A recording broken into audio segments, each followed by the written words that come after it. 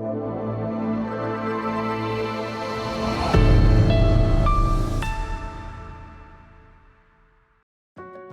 right, good morning, everyone. It's 11 on the dot. We'll kick it off. My name is Pisoguhle Mbuto, and today I'll be taking you through some of the highlights from our British American Tobacco Company Update Report. So on the summary side of things, we've got new generation products, brand equity, rand-hedge characteristics, and the dividend yield. So the bigger question around the tobacco space has been, because the growth over the last couple of decades been reliant a lot on cigarettes and cigarette volumes, and we're getting a more health-conscious consumer, where is the growth going to be coming from? And that answer is new generation products. Now, new generation products for BTI have been growing quite aggressively and quite nicely, and because they have an existing brand equity from a cigarette's perspective, they're able to leverage that on the new generation products, which is one of the reasons why they've been performing quite nicely.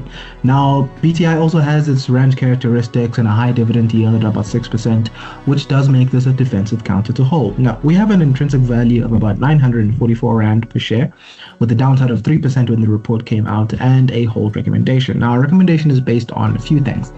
I've already touched a bit on the brand equity, but it is important. So brand equity within the tobacco space does alleviate some of the slowdown concerns when it comes to cigarette volumes. The new generation smokeless products continue to be the next growth factor to combat the falling declines in cigarette volumes, along with trying to remain as one of the leading brands in the tobacco space. In a couple of slides, I'll also show you some of the main portfolios for the new generation brands and some of the cigarette brands, and you'll kind of see, even if you're not a smoker, you recognize some of these brands.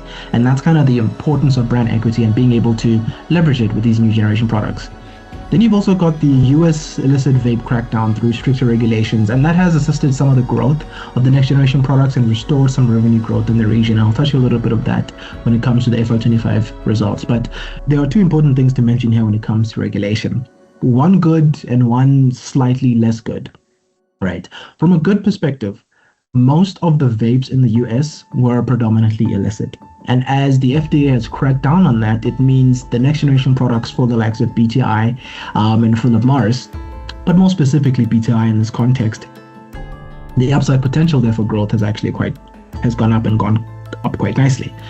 The other side, which is less good, is the regulatory crackdown on flavored vapes. One of the reasons why the FDA has cracked down on some of these flavored vapes is because the flavors make them susceptible to children to smoke, right? Because when they smoke, you smoke a vape, tastes like cherries, it becomes easier to catch on into the habit of smoking. That has capped some of the growth when it comes to next generation products, but that has been overshadowed by the extensive growth because of the crackdown on the illicit vapes. Then you've got also the dividend yield at about 6%, which continues to be an attractive characteristic from an already strong rand-hedge defensive stock within its sector. Valuation levels from a PE perspective are close to their long-term history.